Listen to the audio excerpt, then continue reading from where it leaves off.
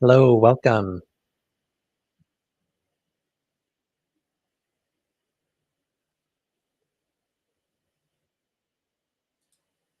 Okay, let's get started.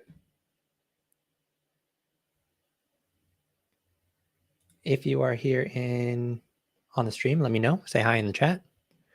And this is Code with Me. This is where I work on some project related to Omniverse, USD, and kind of show you guys what I'm doing, and you can see where I get stuck, how I reason through things, and hopefully we'll have a cool sample, cool project at the end of it.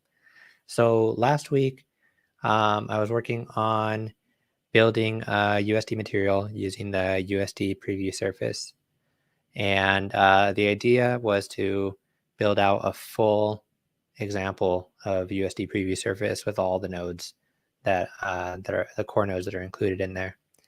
And we added all of the nodes. We got through most of that, but I thought it would be worth coming back on here and wrapping that up. We'll include all of the textures that I had from the material that I downloaded.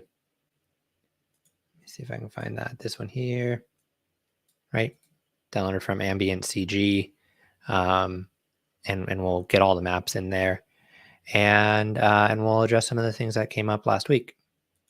Hey, Funky Boy. Hi, Kai. So let's get started with a little review of the code from last week. So we are importing USD shade. That's going to be the main module for setting up the material graph. USD geom because we created a billboard to apply the material onto, and SDF mostly probably just for paths, for value types.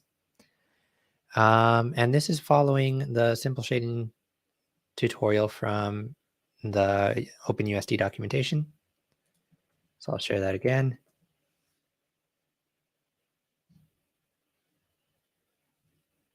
And we're also looking at the USD preview surface specification. So let's go back to the code. So just some basic stage setup. We're getting the stage from Omniverse and setting its up axis. That was just kind of following the and then creating a mesh, defining its points, which is just four points for the plane, and defining the faces using those vertices, and then the extent, and then also defining UVs, because we need UVs in order to map our textures, right? So we talked about how ST is the default name that we use in USD for the UV attributes.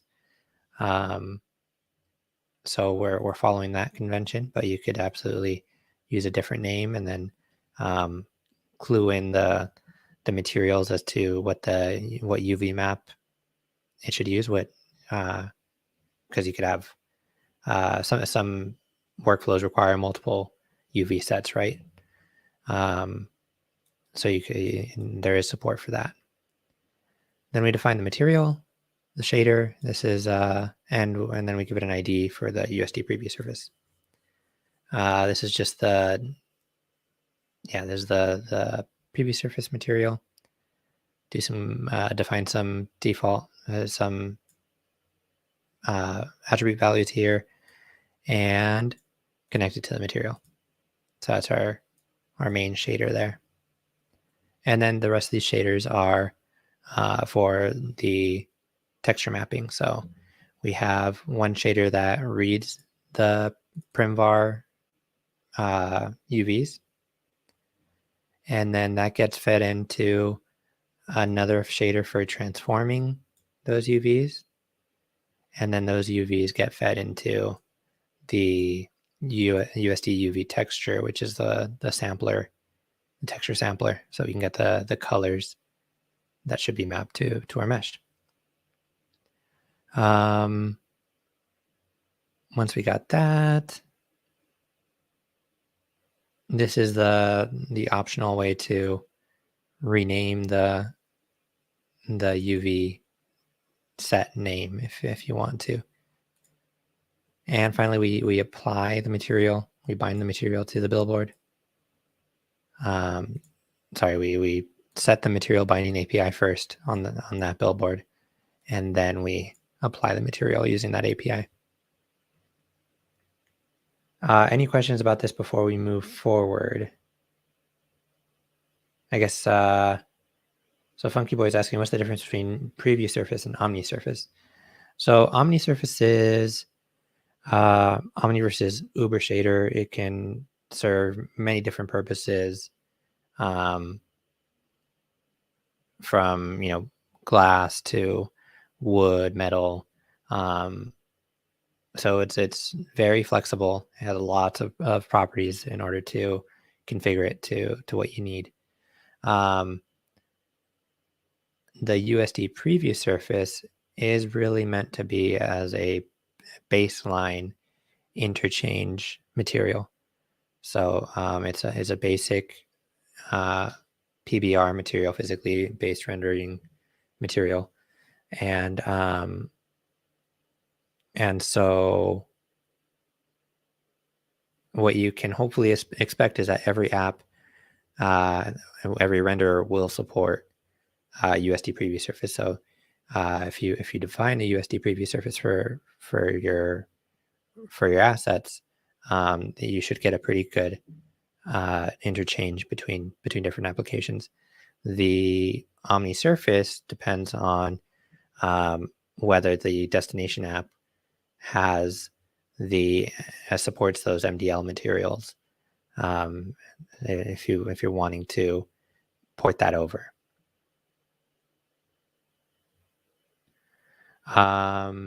This live stream is available on YouTube and Twitch.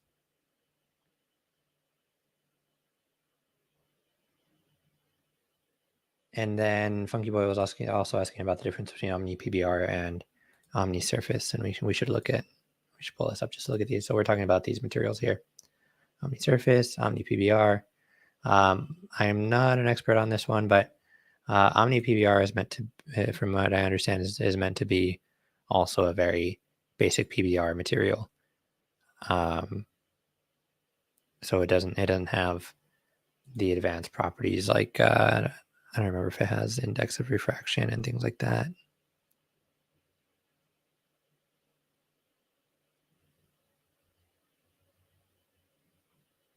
I didn't see it, but you can definitely compare here.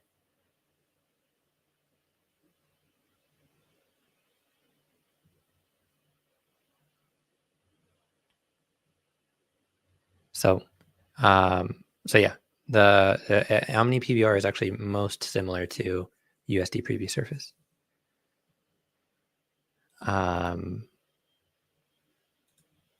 Cool. Hey, Nandu. Right, that's another point is subsurface scattering on the Omni surface. So like I said, you can do things like skin, wax, and things like that with Omni surface. And we have a bunch of presets here for Omni surface to help get you started. We have some skin ones here. We should have some wax, diamond, jade. So I guess since we're on the topic of materials, right? We can look at a few materials.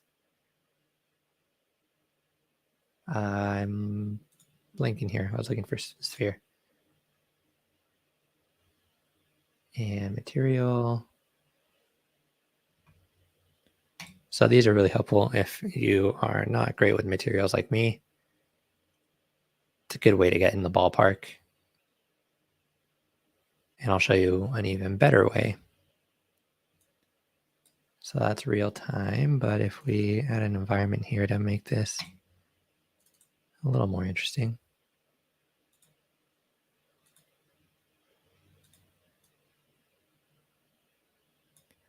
And then the thing that I love is the V materials.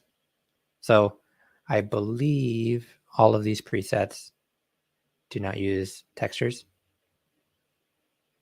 I want to say that, but I'm probably wrong. But the V materials are also based on OmniSurface, I believe. Let's try one out. And these look amazing.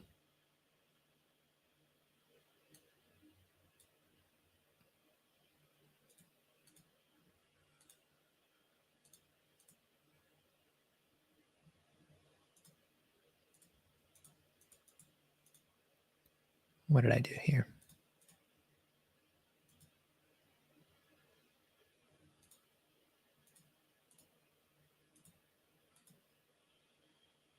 Oh, unsupported identifier. What did I do? There, that one's happier. Let's check out what the identifier is here.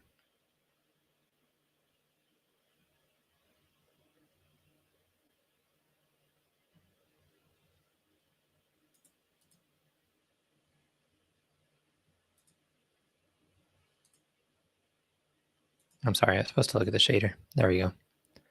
So this is using, I may be wrong about this. It may not be using OmniSurface under the hood. But here we can see this is the source asset MDL.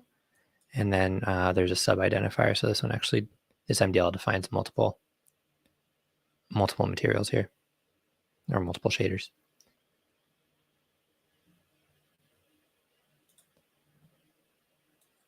So, all right, but that's not the focus here today. I will keep this environment though, because I like it. And let me make sure I have my extension set up here.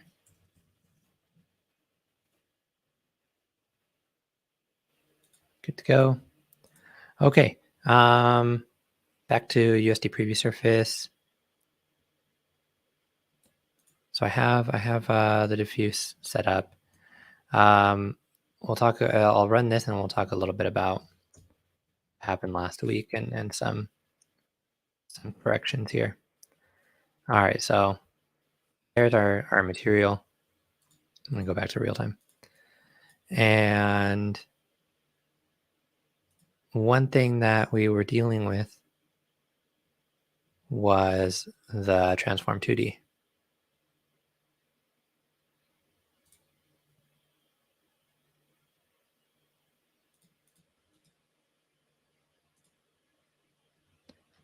And we said, per the specification, totally made sense.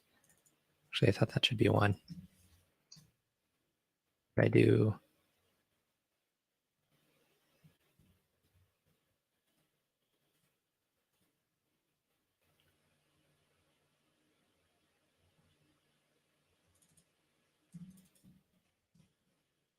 Take a quick look at this code.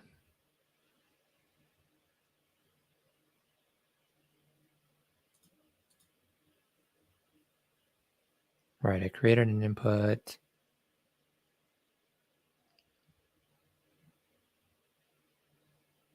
But I didn't set any values on this.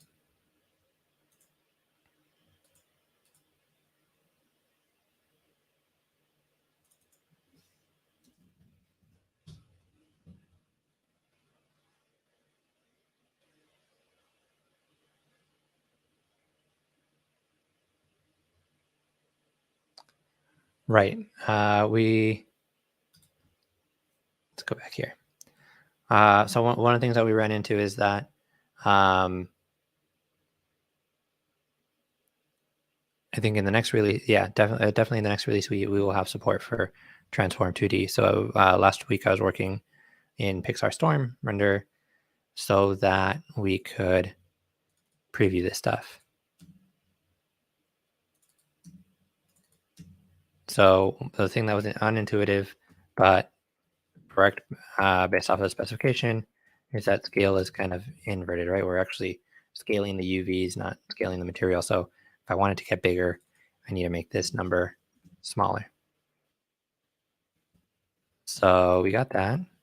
I wonder why I didn't set a default value. Well, yeah, I don't know why I didn't set a default value here. So let's go ahead and set that.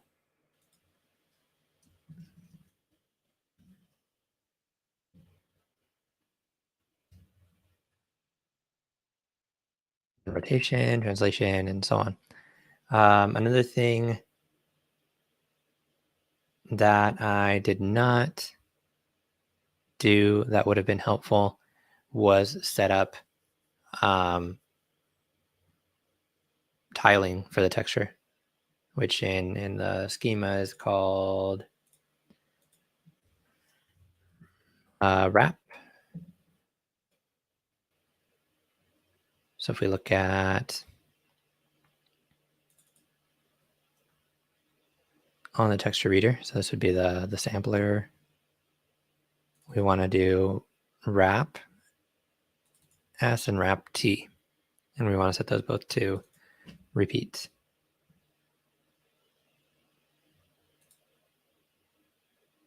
So let's come back over here. And here,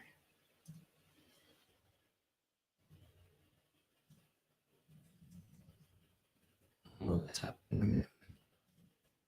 S.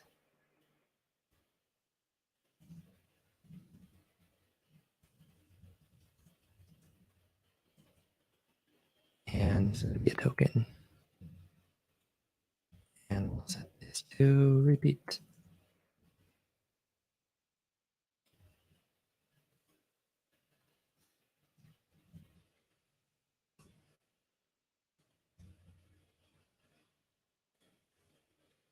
All right, I'll delete that now.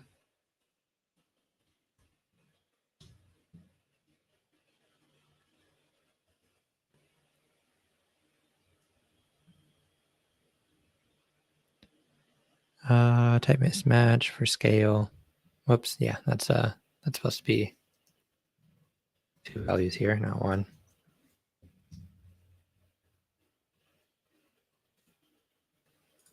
Let's go ahead and delete these results.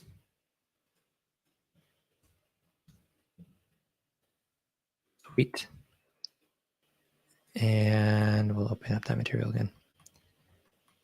And we added this wrap S. So theoretically, if now I scale this smaller, it's wrapping in U, but not V, right? S, but not T. So let's go ahead and do the same thing for the other one.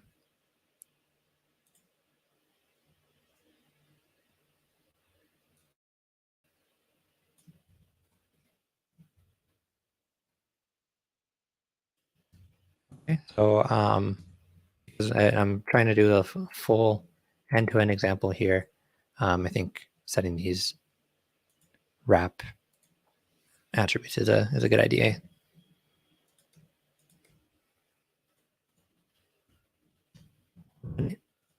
And now when we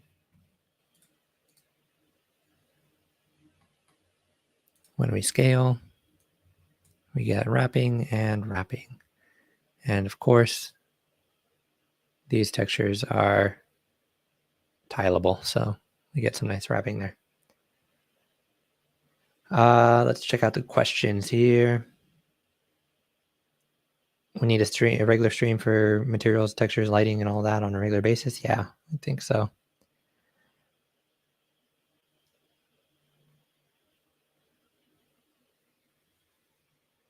There's a question about whether there will be a connector for Substance Designer, as it's also an MDL-based application.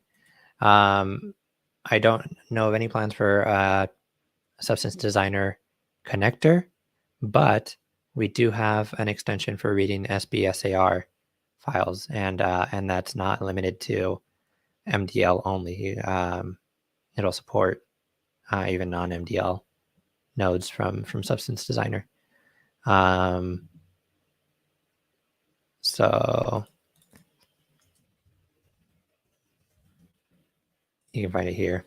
If you search SBSAR, there's you can install that. And you also need the file format. Cool.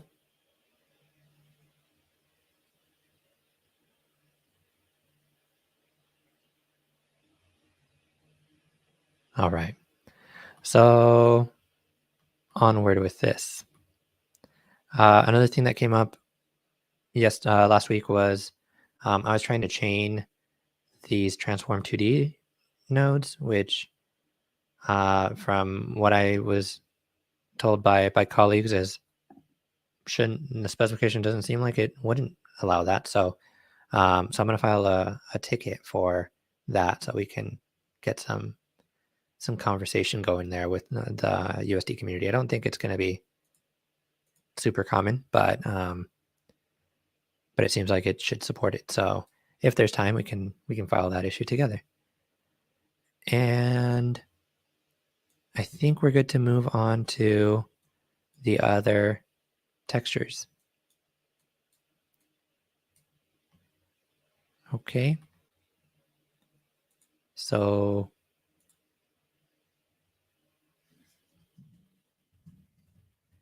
we have diffuse.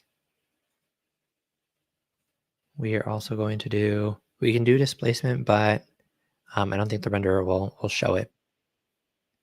We'll do roughness, ambient occlusion, and normal and normal. I think we can do all of those. We'll check the spec to make sure.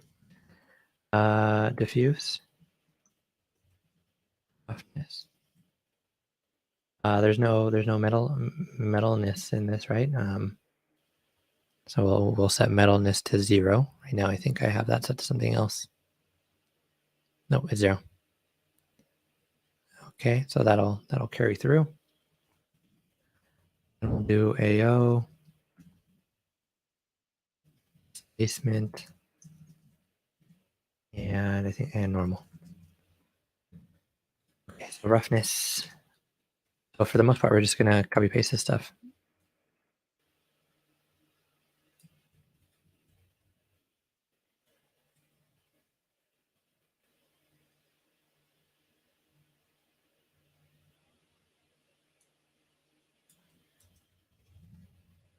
Sure. Grab the file name off from here on the side.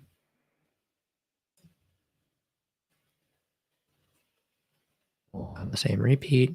Now I think where this changes is on the output.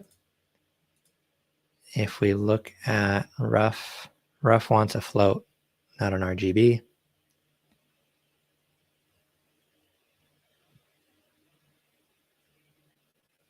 So we can do an outputs R for the channel. That one we can output individual channels instead of all of them together from a USD UV texture. So let's look at that. It's a little details that it's easy to look over here. And this is just going to be a float. The rest of this is all the same. What I don't remember, one thing that we also need to keep an eye on is source color space. I believe by default it'll try to auto figure out. Yeah, default is auto, so it'll try to figure out based off of the file that you feed it, whether it should be linear raw or sRGB.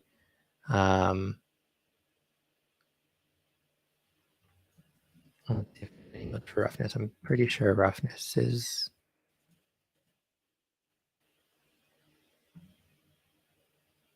fine as sRGB.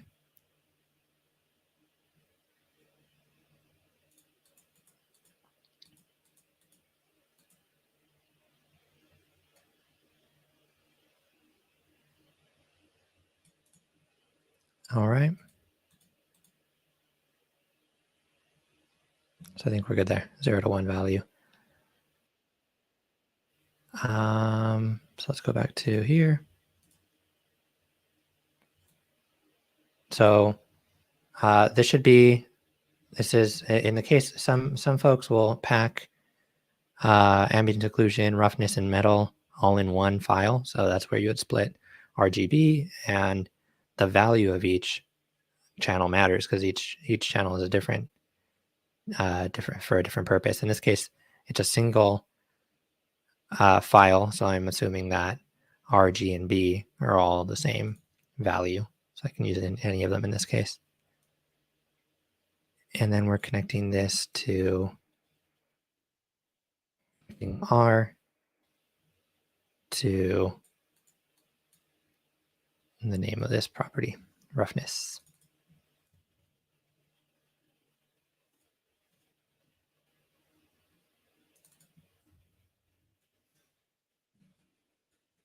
Okay, save, try it out. The more confident we can do a couple.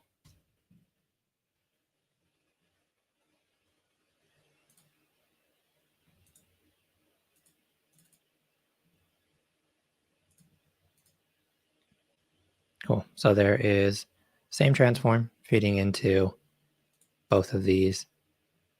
What happened to my environment? Oh, because I'm in Pixar. I'm in Storm. Let's create some other stuff here just to make this a little bit more interesting.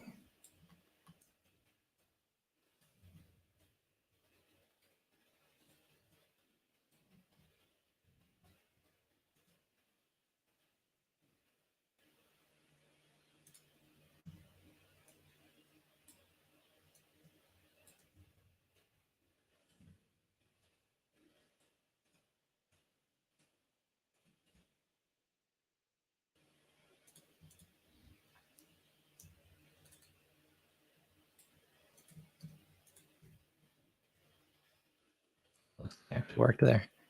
But let's just do a spotlight. What do I want here?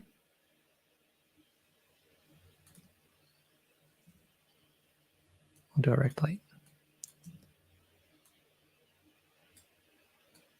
Looks like it's treating it like a point. I don't remember which lights are supported in Storm. There we go. This one's better. All right. There should be some roughness there. Looks like it. Yeah, look at that right there. We don't get consistent highlights there. So that's looking good.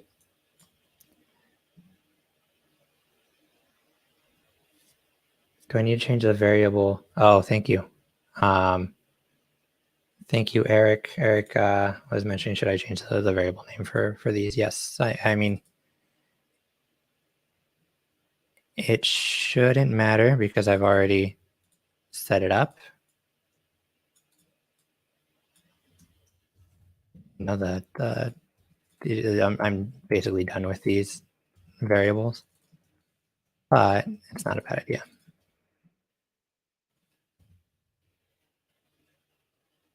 And now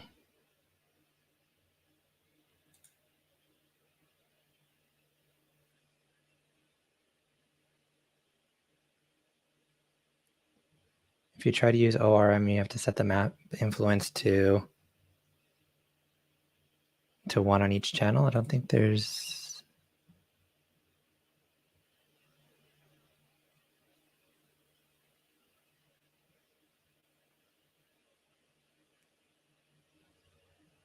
what do you mean by map influence?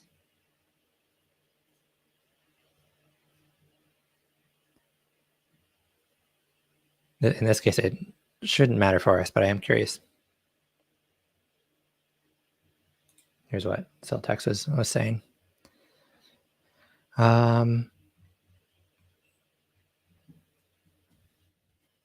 Did this not have? Yeah, we have occlusion. Good. I'm never sure if.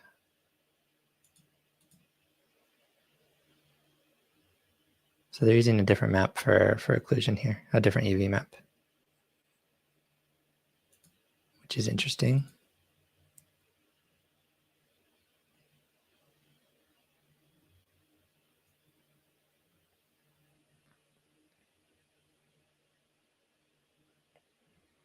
Okay, so it should be pretty standard here. So also a single float value. So we'll go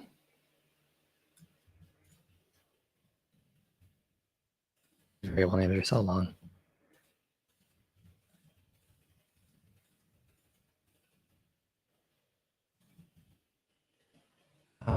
Oh, and I should have, no, I got that part right at least.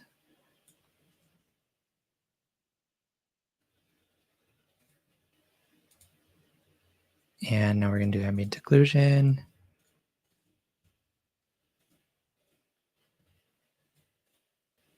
And now occlusion.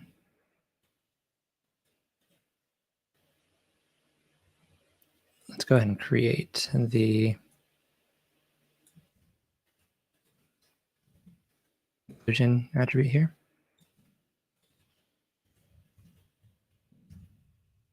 We'll set the default to 0, no occlusion. We don't need to because the fallback is 0. We'll be fine. So now, come back over here, delete, move that into environment so we don't delete it. Run.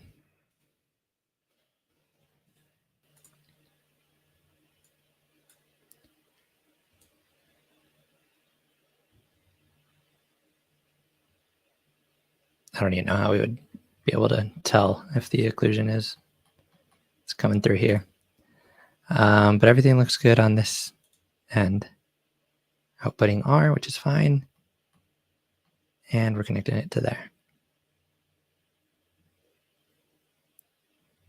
Cool.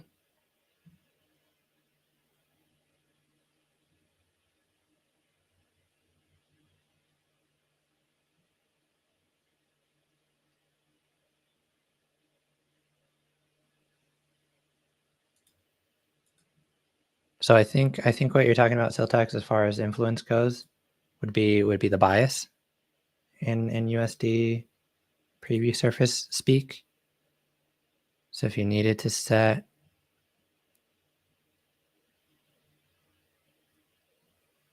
to increase or decrease the strength, you can, well, actually scale would probably be most similar. So texture value times the scale and plus a bias. That would give you the final output value from the texture sampler, from the USD UV texture. Is that what you're looking for? All right, we are moving right along. Displacement, like I said, we'll set it up. But it's not, I think we'll be able to visualize that. Actually, I'm not really sure about Storm. Storm may have it. So this displacement needs to connect to the displacement output on the material. There's a displacement. So we need to create a displacement output on the preview surface and then connect it to that as well. Displacement is a float. And does this end-to-end example have displacements? Yeah, so here you can see it's connecting the displacement attribute from the shader to the material output. So we'll do that too.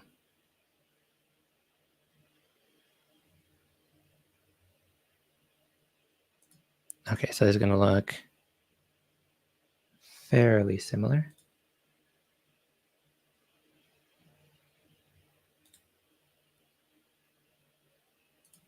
We're going to grab displacement. We're going to output R to displacement.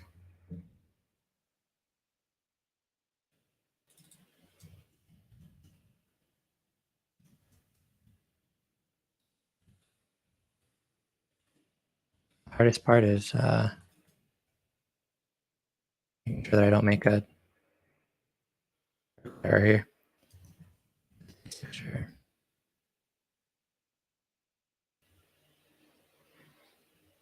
All right, then we're going to add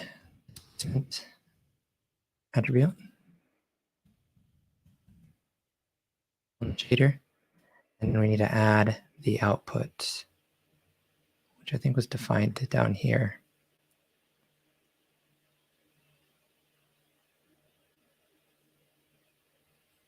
Where did we hook that up?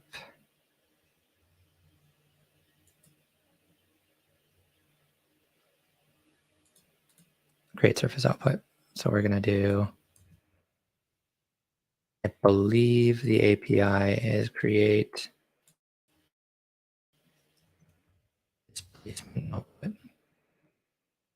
And we're going to connect to displacement.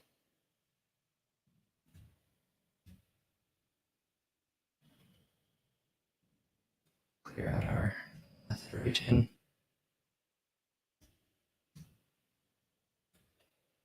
And now, whoops, we are connecting displacement and surface.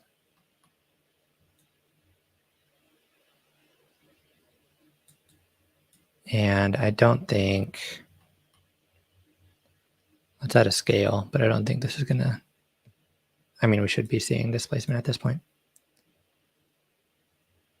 But let's try it anyways.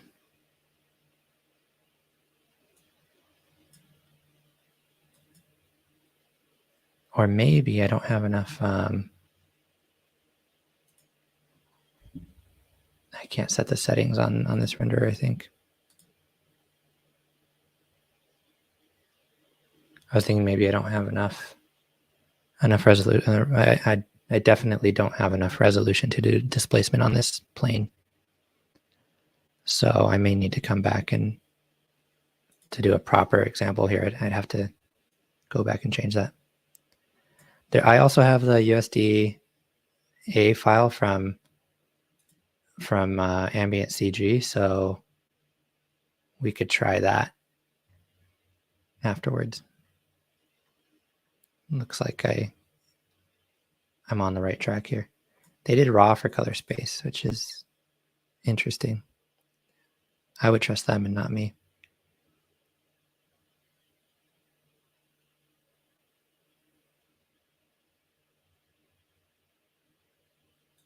Displacement. Cool. Let's carry on. Lastly, normal. Normal. Fun one. Because we need to make sure that we definitely set this one to raw.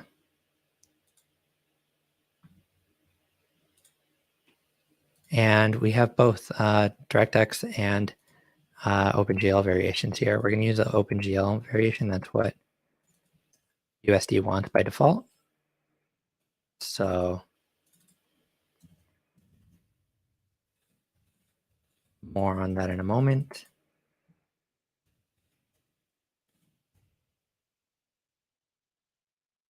And I believe we want RGB for this one. Float 3. Yeah. And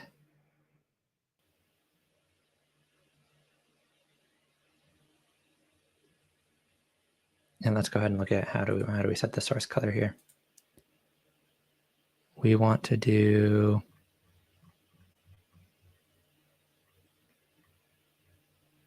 source color space as a token, and we want to set it to raw. And here's the note about auto. So if the metadata is indicative of sRGB, it marks it as sRGB. If no relevant metadata is found, it makes it sRGB. If it's either 8-bit and has 3 channels, or if it's 8-bit and has 4 channels. Otherwise, it'll mark it as, it does not mark it as sRGB, which I assume would,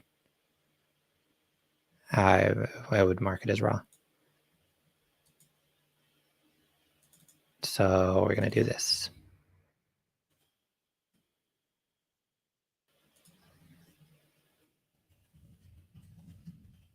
Create input, space,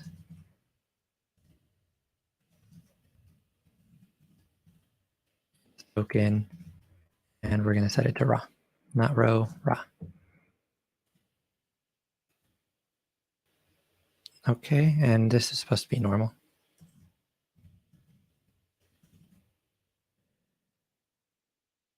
Oh, yeah, I'm connected to the normal on here.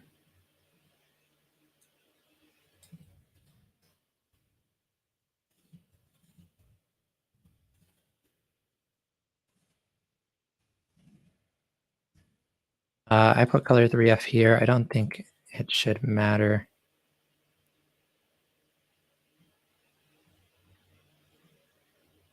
But just to be certain, normal, oh, it's a normal 3F. Good thing I checked.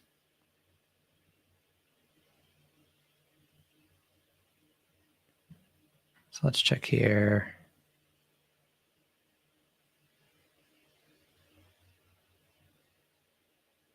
So output for normal is float 3F, and we're going to set it a normal 3F. And then USD data,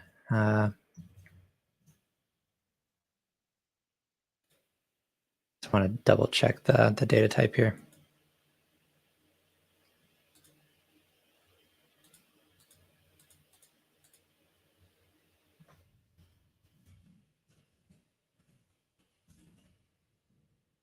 Normal 3F. Okay. So this is normal 3F, and then the other one is fine as it is. And so now,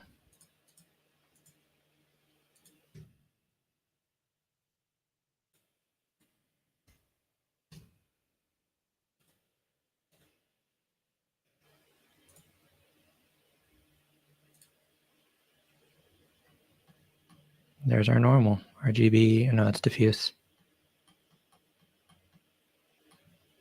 And there's the normal.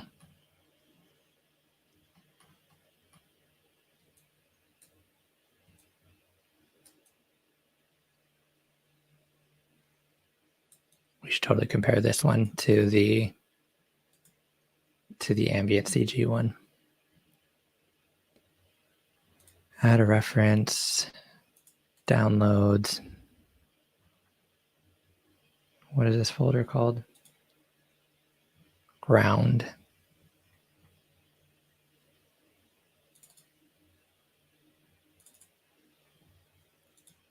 So here's theirs.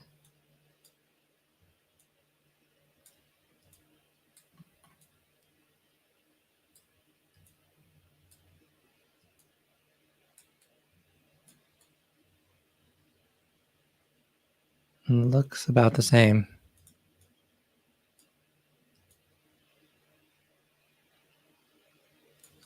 I wonder if I could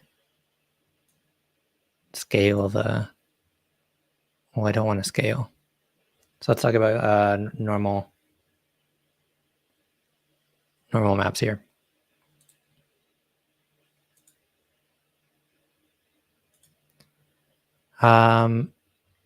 There is a great note from Eric Haynes here.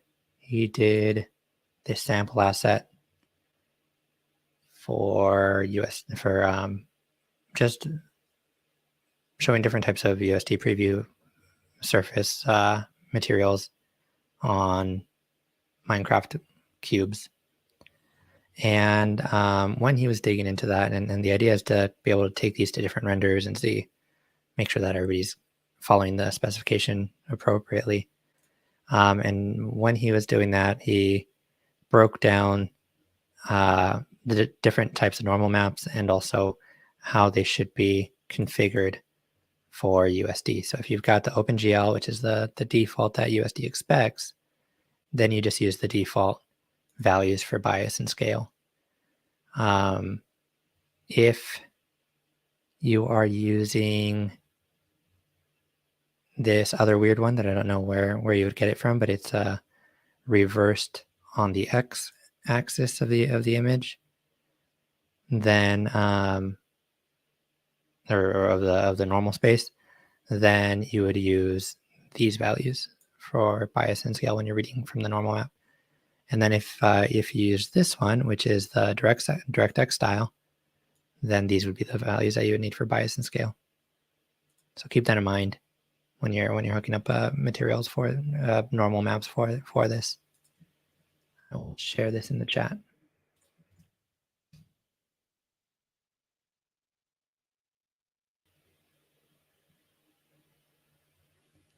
All right.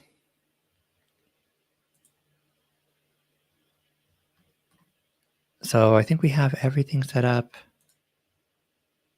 I like to play with the scale here.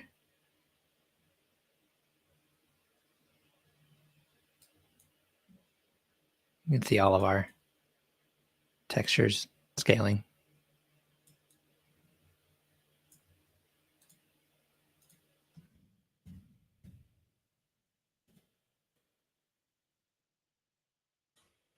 That's basically the ambient occlusion that we're seeing there,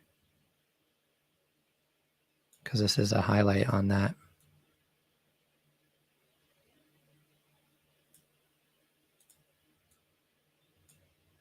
Also, what does this look like when I just disconnect some of these?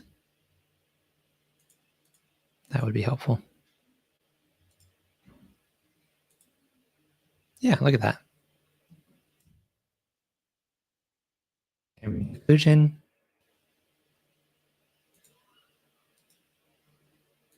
No ambient occlusion. So we're getting the effect there. Very nice. Roughness we already know. Right? Look at the highlight right there. Big old circle. Versus nice breakup. And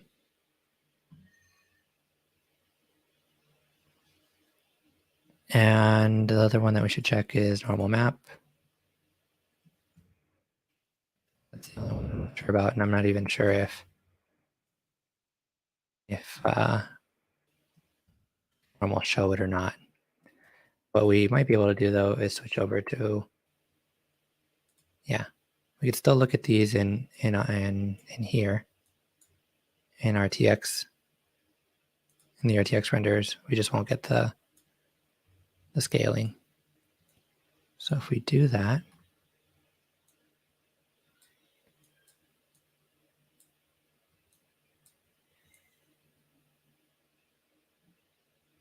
feel like there's a little bit there.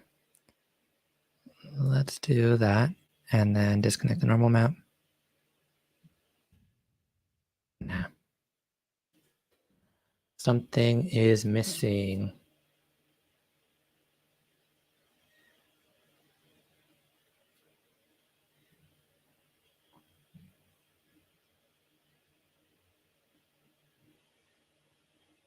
And in fact, while we're here, let's take a look at this one. This one looks like it's got some good normal map, right?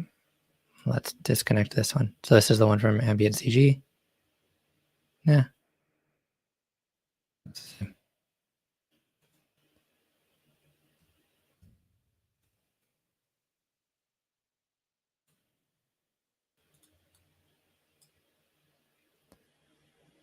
And there must be there is something going on here though, between these two. Mine seems to react to the light more correctly than that one. Because where's my light source? No, actually mine might not be right.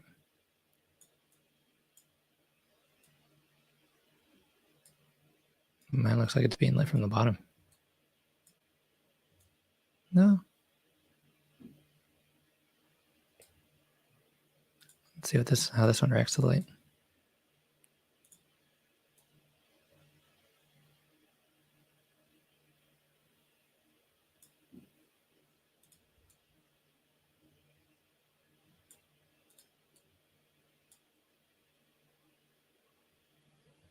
Do we think it is the color space?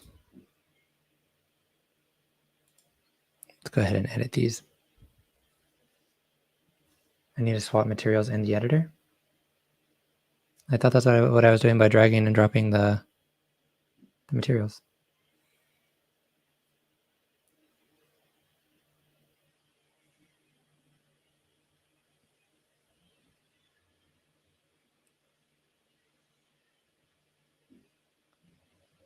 So the only difference I can think of is that these were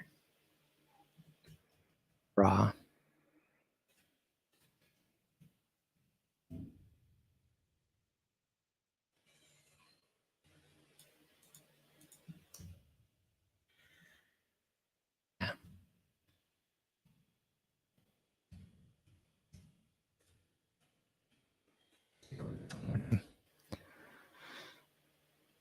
And they explicitly set the use specular workflow to 0, which I don't think I need to do. Because if we look at the spec,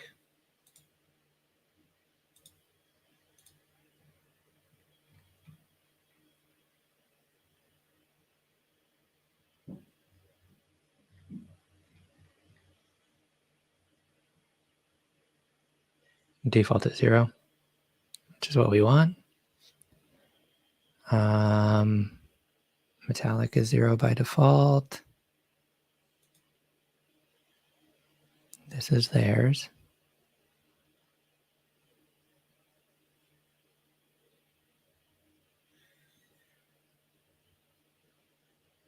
They fed displacement.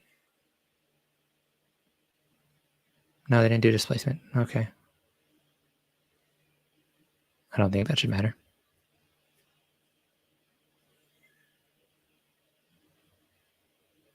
They have fallback values.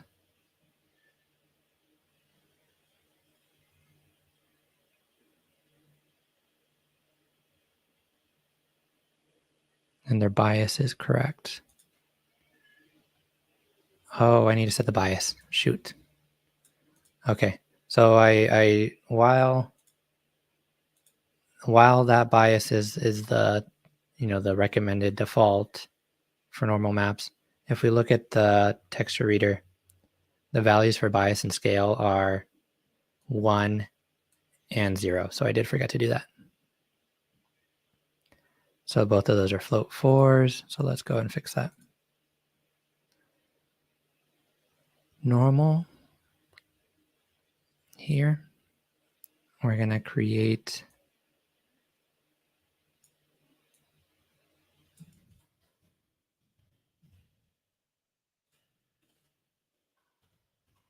bias float 4 scale. And value is going to be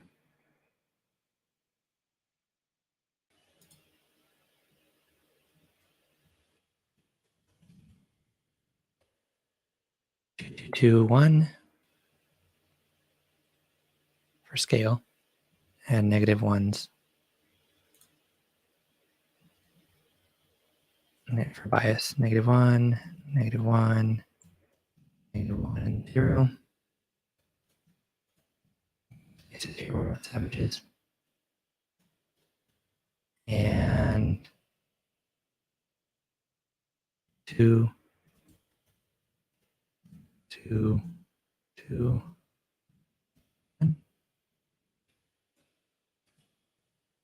What did I do wrong here? I've got too many brackets, too many parentheses. And that looks like mine. Save it. We're going to rerun it.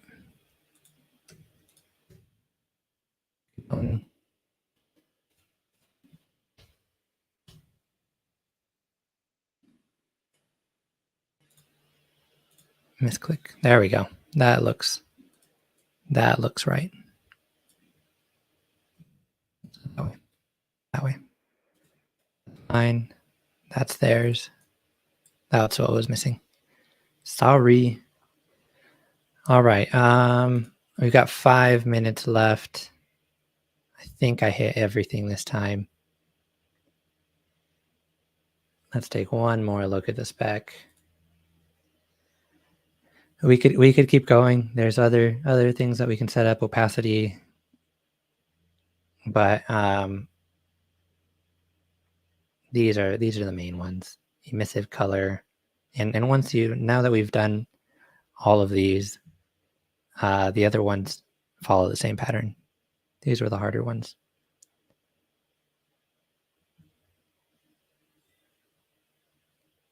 I was surprised that they have a displacement. I don't have it connected. Connecting the shader to there. The texture sampler to there.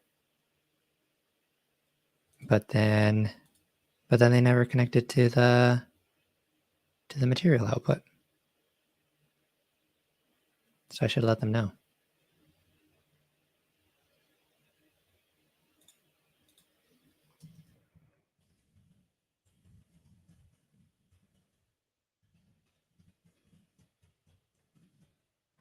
Okay. Any questions? Yeah, I think Eric's right. Is Unreal, I think, uses the DirectX. So keep an eye on that if you're working in that world and you want to bring it into USD Omniverse.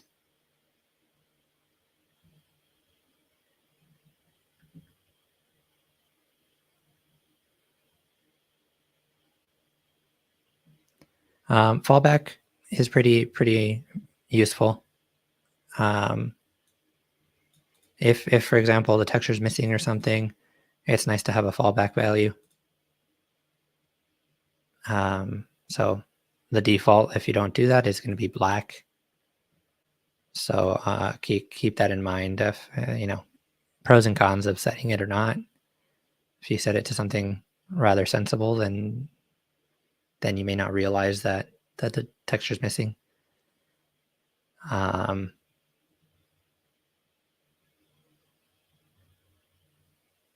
Sometimes it's nice to have your render and like do some magenta or something, so that when it renders, you can tell that something's missing.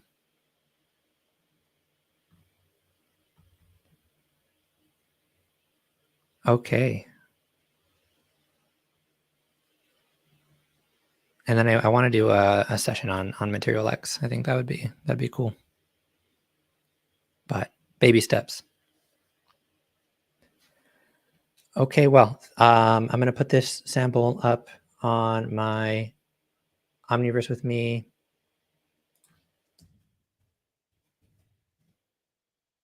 repo.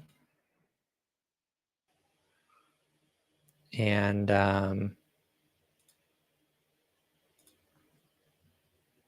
you can get it there. And we'll also do a tutorial and sample for this as well, so that so we have that documented. Okay, thanks everybody. Thanks Nandu. Thanks Funky Boy. Thanks Eric and Shubham. This week we've got Convey coming. Oh, let's go through the things here. This week we have generative AI with NVIDIA ACE, and we have Isaac Sim later on today, EDIO, and I haven't added this yet, but Developer Office Hour on Friday at 10 a.m. Eastern. So I will see you then. All right. Have a good week. See you, everyone.